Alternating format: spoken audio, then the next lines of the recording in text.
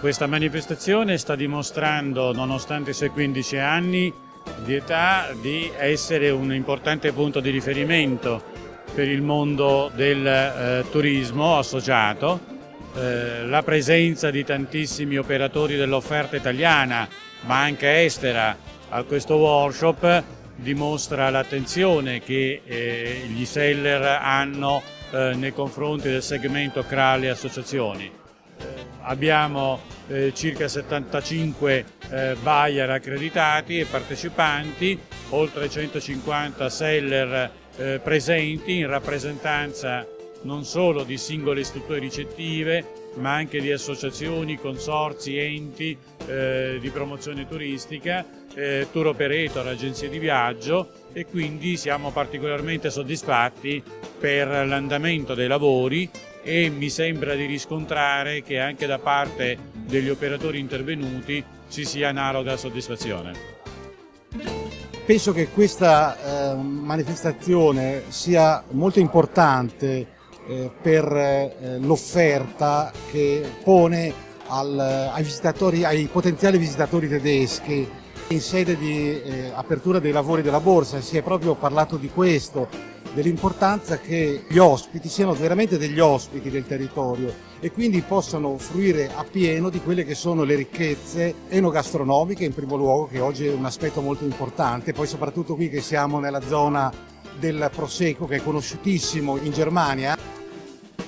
Grande occasione questa per far vedere alla provincia di Treviso, farla emergere in un turismo diverso da quello che siamo abituati a vedere, perché stiamo passando da una tradizione di turismo business d'affari a quello che è proposta del nostro territorio. Un territorio vasto che va dal Prosecco all'enogastronomia con un'ottima cucina, al tiramisù, che come sanno tutti nasce in queste zone, a tutto quello che a mano si può offrire ai poveri. Sono felice di poter ospitare per il secondo anno consecutivo una manifestazione che sta crescendo ogni anno di più. BTSA anche quest'anno ha scelto Treviso come sede dell'evento. Per noi di Villa Fiorita questo è veramente un onore, perché oltre a poter far conoscere la nostra struttura a tutto quel vasto pubblico che BTSA ci porta, è anche un'occasione per far conoscere la cucina. Siamo alla seconda edizione di BTSA nella Marca trevigiana, un programma ricco, un'ottima opportunità per le imprese trevigiane e venete di incontrare quasi un centinaio di buyer provenienti sia dal mercato italiano che del mercato straniero e ovviamente interessati ad un target particolare come appunto quello del turismo sociale associato. Uno straordinario modo e opportunità per conoscere ancora una volta la Marca trevigiana e i vari aspetti che in qualche maniera la caratterizzano.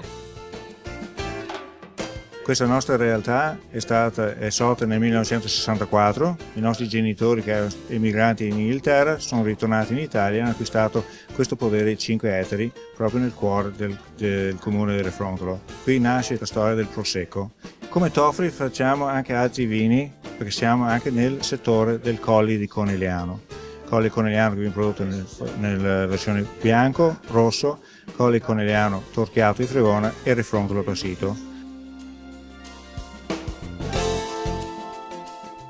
Con mio fratello Vito, che è il cuoco, gestiamo questa osteria che diciamo è attaccata all'abbazia di Follina, che è un'abbazia storica del 1600. Un piatto che ci rappresenta tra tutti sono i ravioli di Anna Tre Porcini, che è un piatto che facciamo da circa 30 anni.